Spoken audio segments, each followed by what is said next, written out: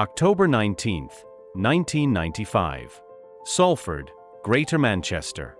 The night shift has barely begun when the ground starts shaking. A stolen skip wagon tears across the yard, builds speed, and slams straight through the side of a high-security cash depot. The wall doesn't slow it down. It collapses in seconds, leaving a hole wide enough to see the vault inside. 3 men run through the dust, shotguns up, shouting orders. Every member of staff is pushed to the floor. One worker lies with his hands behind his head, staring at the concrete while a gun is pressed against the side of his skull. In less than 2 minutes, the gang empties what they can and disappears. £770,000 gone. No alarms triggered. No vehicle chase. No suspects. For investigators in Greater Manchester, it looks like a single violent robbery. They don't know yet that this is only one strike in a 2-year campaign. A crew operating across Manchester, Liverpool, and Birmingham. A crew preparing for something far bigger. Mike Hawkins walks the perimeter of the breach. The skip wagon is a Ford cargo around 7 tons. The front end has been reinforced with welded steel plating. There is a ram assembly bolted to the chassis. Crude but effective. The depot is a high-security site. Reinforced walls. CCTV. Timed locks on the vault. Music doors. It should not have been vulnerable to a frontal assault, but the ram vehicle had hit the wall at the exact point where the vault area backed onto the loading bay. The robbers knew the layout. Inside, forensic officers photographed the scene. One of the security staff is still shaking. He describes the moment the shotgun was pressed to his head. He didn't need to do that. We weren't going to move. We were on the floor. And then one of them just fired into the roof for no reason. The round is recovered from the ceiling cavity. A 12-gauge shotgun cartridge. It is bagged and sent to the firearms laboratory in Huntington. Hawkins stands near the skip wagon. The vehicle had been stolen 3 days earlier from a haulage yard in Swinton, 6 miles away. The registration plates are false. But inside the cab, officers find something. A tech disc. The Salford depot is operated by Secura. It is one of 3 major cash and transit companies serving the Northwest. The depot processes millions of pounds every week, moving cash between banks, businesses, and retail sites. The industry is already under pressure. Earlier that year, a depot in the same area was hit for $6 million. Another raid in the south took $5 million. Insurers are watching.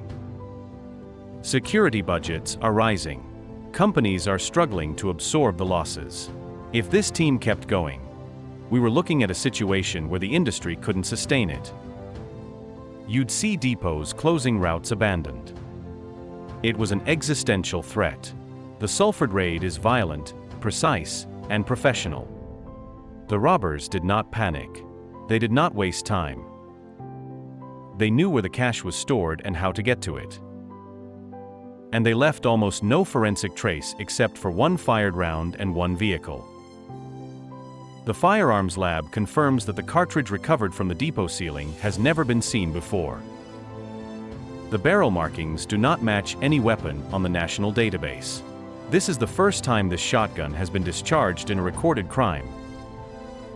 But the tech is more useful.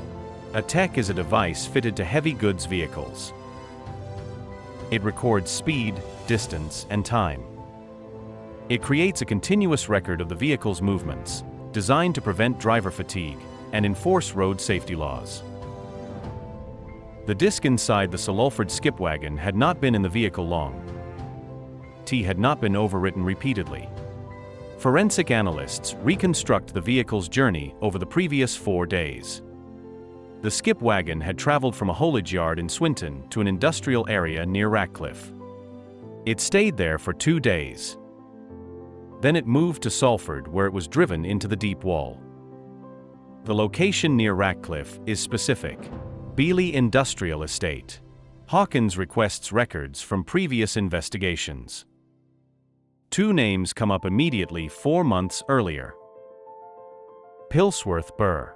A Securic Karor van is blocked on a road outside a cinema complex. A white transit van pulls across the front. Before the driver can reverse, a Land Rover rams the rear of the van.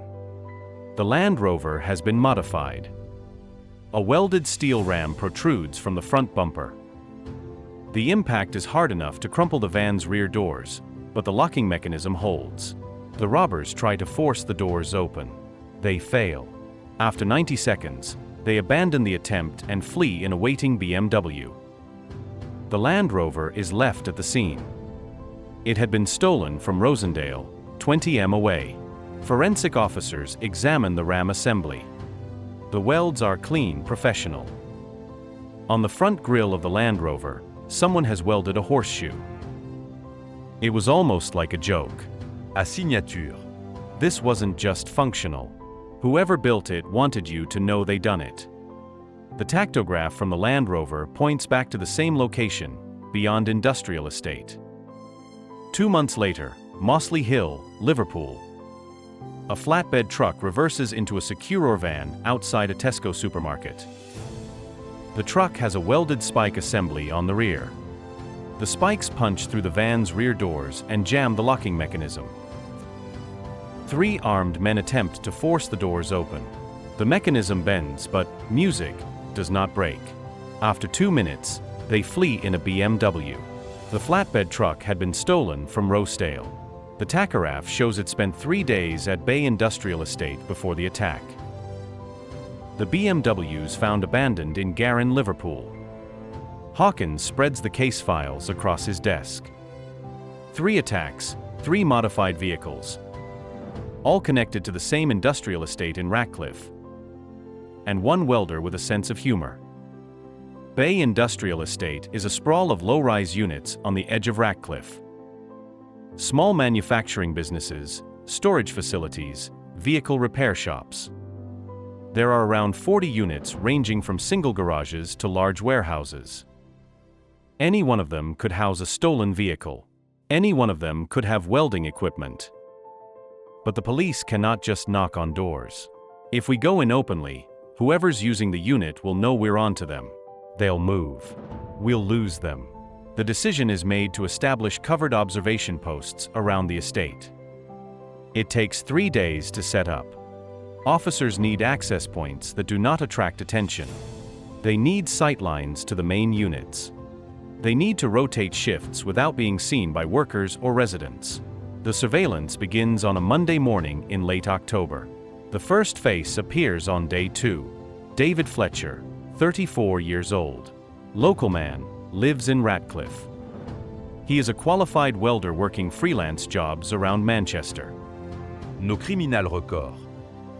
He arrives at Unit 9B in a white van. He unlocks the roller door, backs the van inside, and closes the door behind him. He stays inside for 4 hours. Fletcher becomes a regular. He is at the unit almost every day, sometimes alone, sometimes with 1 or 2 other men. On day 6, another face appears. Lawrence Brown, 36 years old, from Salford. He has previous convictions for theft and vehicle crime. He is currently on bail for attempting to steal a heavy goods vehicle from a depot in Stockport. When officers tried to arrest him, he assaulted 2 of them. Brown arrives in a BMW. The model matches the getaway cars used in the Pilsworth and Liverpool attacks. He stays for an hour, then drives to a house in Erlamoth Heights. The house belongs to his partner. Surveillance shifts to the house. A 3rd man appears regularly. Graham Dorian, 32 years old, from Salford. He is the brother of Brown's partner. No fixed employment. He is on benefits. He trains at a local boxing gym. Dorian spends several hours a day at Brown's house. He and Brown are often seen together driving between the house, music, and the industrial estate. Fletcher, Brown, Dorian. 3 local men. 1 welder, 1 known thief, 1 boxer with no visible income. But the network is larger. The robbery unit applies for authorization to monitor phone records. The request is granted. Brown's phone shows regular calls to two numbers in Liverpool. The first belongs to Kevin Kennedy, 27 years old, lives on a council estate in Spake. He has a previous conviction for armed robbery. No employment. The second belongs to David Hill, 46 years old, lives in Eggerth, South Liverpool. Known to Merseyside police, but no recent convictions. His role is unclear. A third number appears in the records linked to both Hill and Kennedy. Andrew Scraggy, 28 years old, from Birmingham, known music, to West Midlands Police for theft and handling stolen goods. Scraggy's phone shows calls to Brown, Hill and Kennedy. Cell site data places him in Manchester, Liverpool, and Birmingham over the course of a single week. This was unusual. You don't normally see gangs operating across 3 cities like that. Manchester and Liverpool maybe. But adding Birmingham into it, that was rare. The gang is not a single unit. It is a network. Manchester supplies the vehicles and the workshop. Liverpool supplies the muscle. Birmingham supplies logistics and additional manpower. Surveillance expands to Liverpool. Scraggy is seen entering a lock-up garage in Garin with Kennedy. The lockup is rented under a false name. The BMW found after the Liverpool attack had been abandoned less than a mile from this garage. Fletcher rents 3 adjoining units at B Industrial Estate. Units 9, 9A, and 9B. The total floor space is around 2,000 square feet. Unit 9B is the main workspace, welding equipment, cutting tools, paint sprayers, overhead gantry. 1205, Units 9 and 9A are music, used for storage. Surveillance officers photograph vehicles entering and leaving the units. A white transit van, a flatbed truck, a Land Rover. None of the vehicles stay long. They arrive, spend 2 or 3 days inside the units, and music, then leave. Sometimes they return. Sometimes they do not. Brown and Dorian are frequent visitors, but they do not stay as long as Fletcher. They arrive, talk to Fletcher, and leave. Hawkins requests a detailed floor plan of the units. He wants to know if there is a way to enter covertly and install cameras.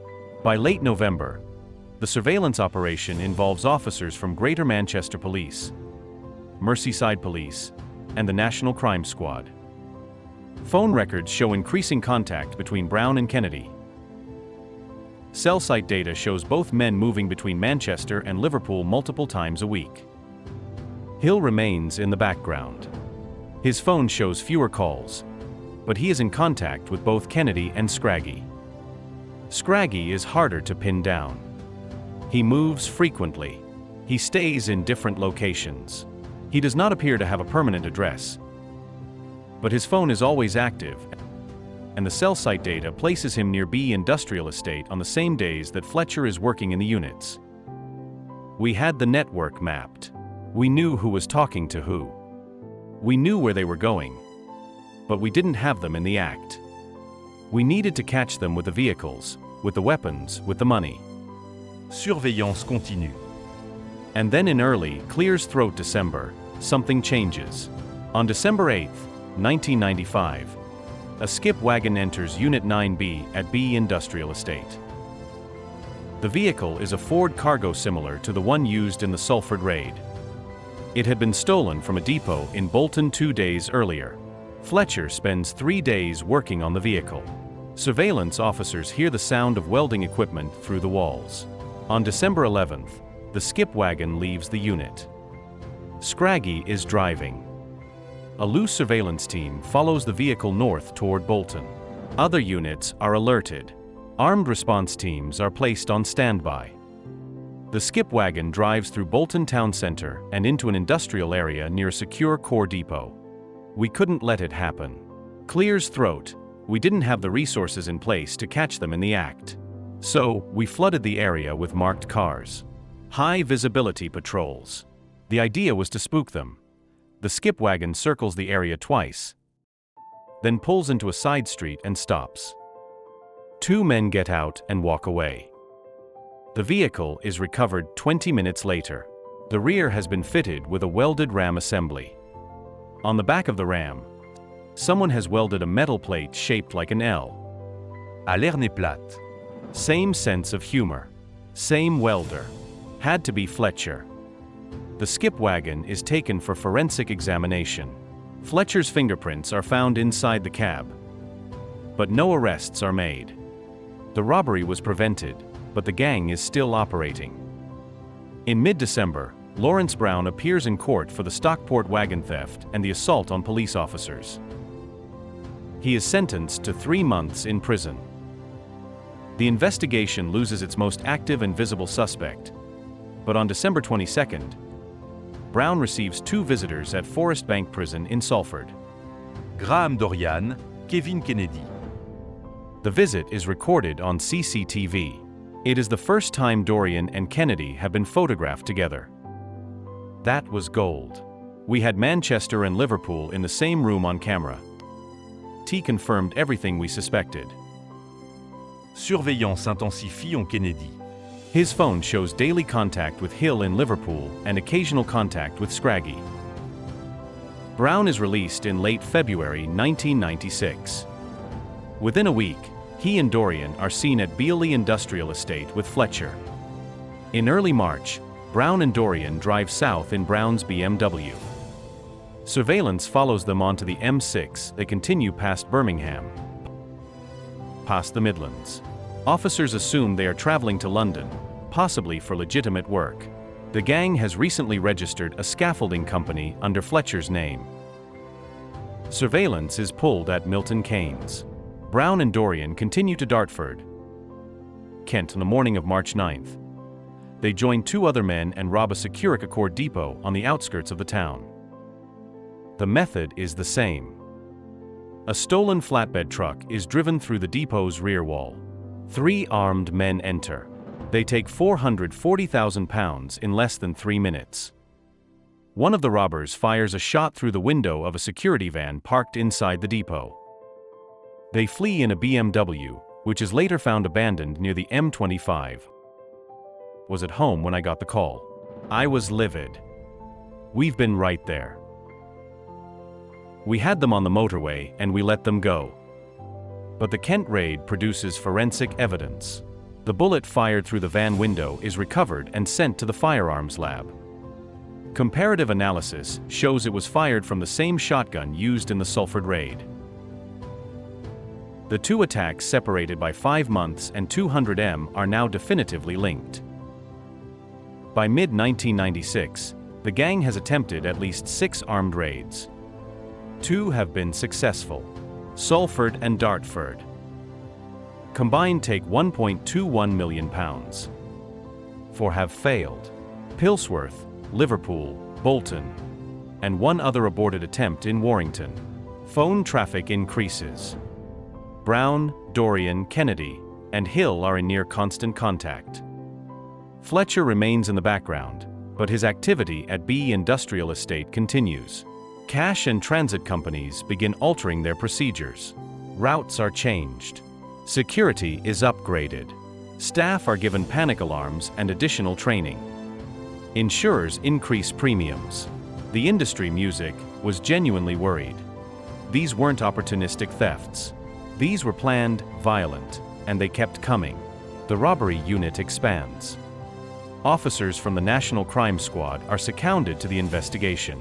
Surveillance teams rotate shifts across Manchester, Liverpool, and Birmingham.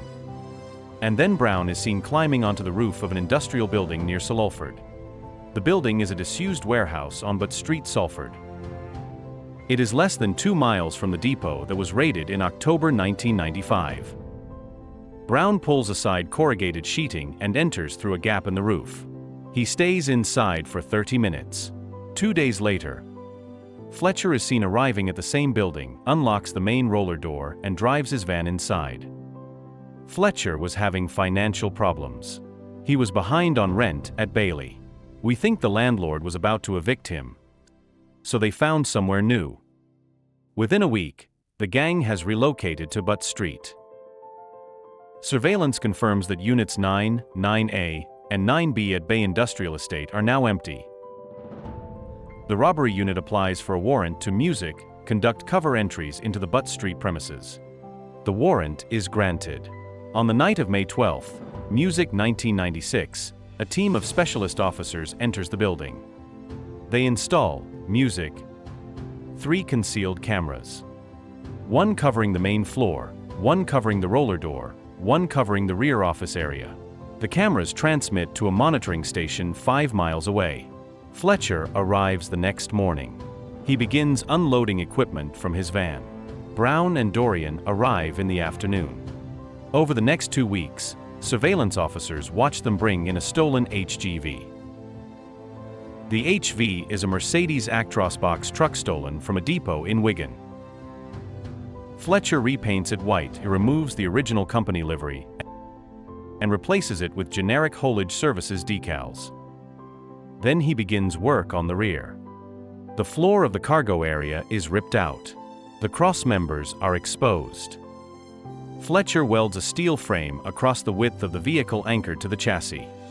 A hydraulic ram is installed. The ram is telescopic, designed to extend outward from the rear of the vehicle when activated. The roller shutter door is modified. When closed, the ram is completely hidden. When opened, the ram can be extended and locked into position with steel pins. The work takes 6 days. It was extraordinary. We were watching them build a robbery vehicle in real time. That never happens. But the cameras are a risk. On May 19th, Brown enters the office area where one of the cameras is concealed. He stands less than a foot away, examining the wall. We thought he was going to find it. If he'd found it, the whole operation was blown. Brown moves away. That night, the decision is made to remove the cameras. Covered officers enter the building after midnight and retrieve all 3 devices. But they have enough. Even without the cameras, surveillance officers continue to monitor the Butt Street premises. On 3 occasions over the next month, specialist officers conduct warranted entries to photograph the vehicle and document the modifications.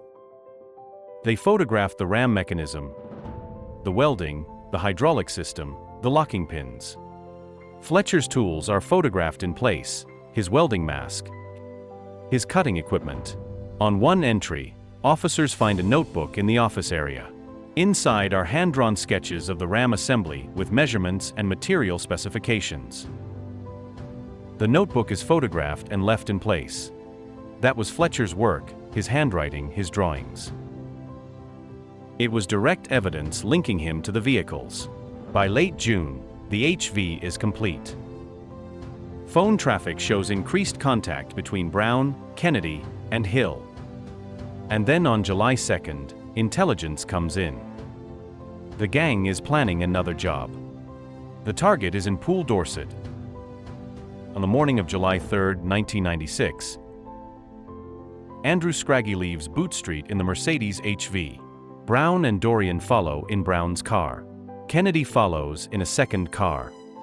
Surveillance teams from Greater Manchester Police, Merseyside Police, and the National Crime Squad coordinate across multiple forces. The convoy travels south on the M6, past Birmingham, past Oxford. Music, armed response teams, Enders, are placed on alert. But there is a problem. There are 3 secure core depots in the Poole area. Intelligence does not specify which one is the target. We had to cover all 3. We called the depot managers. We told them to lock down, get the staff into secure areas, secure the cash, and wait. The convoy arrives in Poole at 2:15 in the afternoon. The HV circles the industrial area twice. Music then approaches a depot on Field Road. At 2:27, a Securor employee inside the Field Road depot is on the phone with a detective from the Greater Manchester Robbery Unit. The employee is in the vault control room, door locked. Following the lockdown instructions. Stay where you are. Do not open the door. Armed officers are on their way. At 2:28, the HV accelerates toward the rear wall of the depot. The sound of the impact is captured on the phone line. Jesus Christ, they're here. They're inside. Stay calm. Do not open the door. You're safe where you are. The HV has punched through the wall of the loading bay. The telescopic ram is extended, wedged into the breach. 3 men in balaclavis exit the vehicle and enter the depot. They are carrying shotguns. The main vault area is empty. No staff, no unsecured cash. One of the robbers runs to the vault door and tries the handle. It is locked. He steps back and fires 3 rounds at the lock mechanism. The lock does not break. They're shooting. They're trying to get into the vault. The lock will hold. Stay where you are. The robbers realize they cannot access the cash. They shout at each other. One of them kicks the vault door. They retreat to the HV.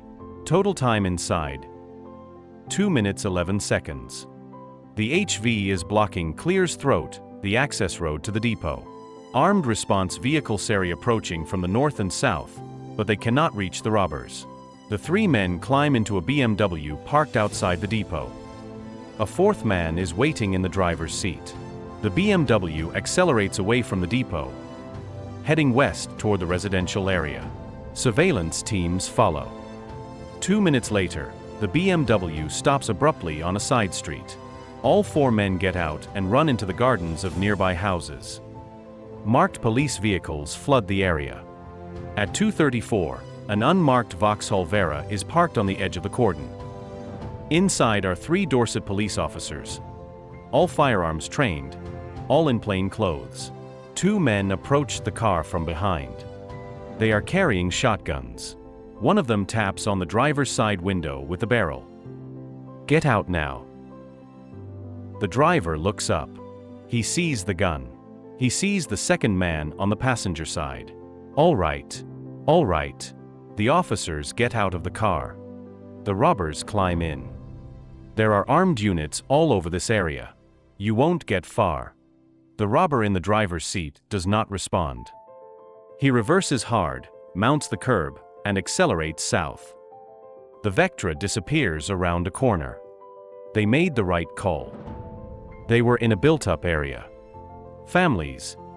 Kids playing in gardens. If they'd drawn their weapons, it could have turned into a massacre. The Vera is found abandoned 30 minutes later in a car parked near Bournemouth. Only then do the robbers realize they have stolen a police firearms vehicle. Dorset police deploy every available unit: helicopter, dog teams, roadblocks. The 4 robbers are on foot somewhere in the Pool Bournemouth area. CCTV is reviewed from the depot. The BMW and the car park where the Vectra was found. At 47, 2 men are identified on CCTV at Pool bus station. They board a coach heading to London. The coach is followed by an unmarked car. It arrives at Victoria Coach Station at 7:55. The 2 men, later identified as Brown and Dorian, transferred to the London Underground at 9:42. They are seen on CCTV at Euston Station. Each is carrying a large hold. They board the 10:05 train to Manchester Piccadilly. The train music is due into Manchester at 12:35 in the morning. The robbery unit is notified. Armed response teams are requested, but it is a Friday night. Manchester city centre is crowded. Trains are full of weekend travelers. We couldn't deploy armed officers safely. Too many people. Too much risk. Surveillance officers are positioned at Piccadilly Station. The train arrives on time. Brown and Dorian exit onto the platform.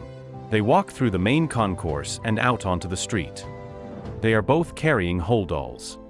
The bags are bulky, heavy. Surveillance officers follow at a distance. Brown and Dorian walk east toward the city center. They pass the print works. They turn on to W.Y. Grove. They are heading toward the Corner House, a cinema complex near Shootill. We made the decision we were going to take them ourselves. 8 officers close in. At 1:02 in the morning, Brown and Dorian stop outside the Corner House. They light cigarettes. They are talking, but surveillance officers cannot hear what they are saying. The arrest team approaches from two directions. Four officers walk directly toward Brown and Dorian, acting as if they are drunk. Loud voices, stumbling gait. Brown notices them. He tenses. At 5 feet away, the lead officer gives the signal. All 8 officers converge. Police get on the ground. Brown tries to run. 2 officers grab him from behind. He swings the whole ball, hitting one officer in the chest. Dorian drops his bag and raises his hands. Brown is forced face down onto the pavement. His arms are pinned. Handcuffs are applied. The holdalls are opened. Inside each bag, a soft shotgun, a box of cartridges, balaclavas, and gloves. That was it. We had them. Weapons, evidence. And they just come back from a robbery. It doesn't get better than that. Brown and Dorian are taken to Ball Street Police Station. Interviews begin at 3 o'clock in the morning. Both men refuse to answer questions. On the morning of July 4th, search warrants are executed simultaneously in Manchester, Liverpool, and Birmingham. David Fletcher's house in Radcliffe is searched. Officers find the notebook with the RAM sketches. They find welding invoices. They find receipts for materials purchased from industrial suppliers. Fletcher is arrested at 6:15. He is taken to Longite Police Station. He is interviewed twice. On the second interview, he admits to building the modified vehicles. I was just doing the welding. I didn't know what they were going to use them for. Fletcher pleads guilty to conspiracy to commit robbery. He is sentenced to 5 years. Kevin Kennedy is traced to an apartment in Amsterdam. Dutch police locate him on July 12th. It was cheaper to charter a private jet than to go through the extradition process. We flew him back. He was met at the airfield by armed officers and taken straight into custody. Kennedy is charged with conspiracy to commit robbery and possession of firearms. Andrew Scraggy is arrested in Birmingham on July 18th. He is later extradited from Spain after attempting to flee the country. David Hill is arrested in Liverpool on July 20th. His phone records place him in contact with Brown and Kennedy on the day of the pool robbery. In August, investigators begin tracing the stolen cash. Bank records show large deposits into accounts held by associates of the gang. The deposits are in the form of checks issued by bookmakers. One name appears repeatedly: Jason Metter. Metter is 24 years old from Anfield, Liverpool. He has no criminal record, but his bank statements show irregular deposits totaling over £300,000 in the past 6 months. Officers interview Matar on August 14th.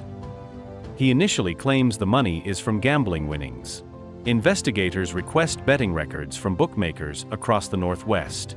Over 1,000 betting slips are recovered and analyzed. The pattern is clear. Matar would enter a bookmaker with 20 to 40,000 in cash. He would place multiple accumulator bets on short odds events, football matches, horse races, cricket. His win rate was around 85%. His losses were approximately 10 to 15% of the total amount wagered. The bookmakers would issue checks for his winnings. The checks were made payable to Metter or to other individuals, friends, relatives, associates. Those individuals would deposit the checks into their own accounts, then transfer the money to accounts controlled by Brown, Kennedy, and Hill. It was efficient. Most money laundering schemes lose 30, 40, 50% of the total. Metter was losing 10 to 15%. And the money looked legitimate. Gambling winnings, checks from bookmakers.